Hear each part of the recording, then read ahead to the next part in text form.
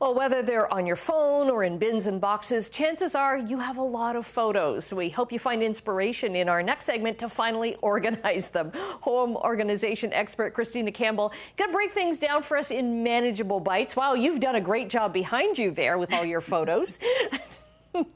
Thank you. Good morning, Annette. Yes, if there's a silver lining in this pandemic right now, it's that we finally have time to tackle some of those projects that we've been putting off for ages. And photos are one that I hear all the time from people and from friends of mine and clients. So we're breaking it down into manageable steps so that you don't abandon the project midway through and get overwhelmed. Okay, so the first step is to plan.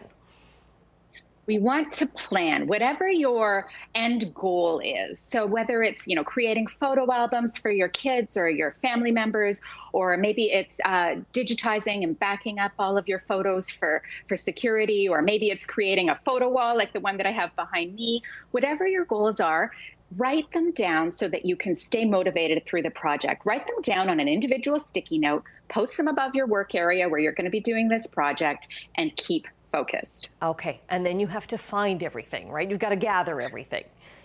We need to gather. So most people are going to have a mix of printed photos and digital photos that are on the phone. So we need to start by gathering everything into one space. So I love to recommend setting up some sort of a folding table that's out of the way that you're going to be able to use for the duration of your project. Take the sticky notes that you wrote for your plan, put them above that area, and then simply start gathering from every nook and cranny in the house, all of those photos. And you're probably going to end up with several boxes that look like this. Gather. And you want to do the same thing for your digital. So we've got some things are on our phone, some are maybe on our partner's phone or on a laptop. We need to gather them all into one common digital space. Okay, and that's probably a space too, a physical space that you can walk away from. It's not like the dining room table where everybody's working or the kitchen table, right? You want a spot where you can kind of shut the door maybe and just leave them there. Absolutely. Depending on what your time is, maybe this project is going to take you a week, maybe it's going to take you 3 months. There's no deadline on it, but as long as you have a space that you can keep returning to and things are as you left them, that's the best tip. Okay, and what do you do when you return? You're starting to sort things out, right? We've got to start sorting. And this is the part that's going to take some time. But, for most people, it makes sense to do it chronologically. But if you've already been in sort of pretty good shape, you might be doing it more focused on a specific project, like a milestone birthday or a vacation. We're going to start sorting. And we need to start to make some decisions. So, there might be those birthday photos, and we've got 30,000 photos of the birthday girl blowing out the candles.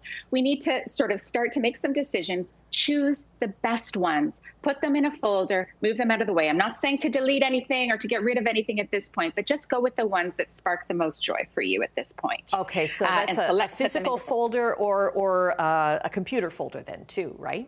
Absolutely, yes. Now, the next step, once we've done all that heavy lifting, and again, that part's probably going to take you the longest. And as you go on, it's going to be a bit easier for you. But the next step is to secure against the worst case scenario. So once you've sorted, we've all heard those nightmare stories about, phones going missing or laptops crashing, and we've lost all our photos, a basement flood. We want to back up our photos for posterity, for security. So for most people, they might use something like external hard drive or a USB key. Some people are going to use some sort of a cloud-based photo program. However you're managing your most valuable documents is the same way you want to be able to sort of store and secure your photos. Now, for anything that is pre-digital, I'm not saying you have to go back and scan every single one of those photos, but after you've sorted and you've left yourself with, your most favorites, the ones that you would really be devastated about losing, you're going to want to scan those ones, or, there's many services that will do that for you. It's also a great way to employ sort of a teen or a preteen. They can certainly manage a task like that. Okay, and kind of be kind to yourself, right? Give yourself some time. Know that this is going to take a while, but in the end, it'll be worth it.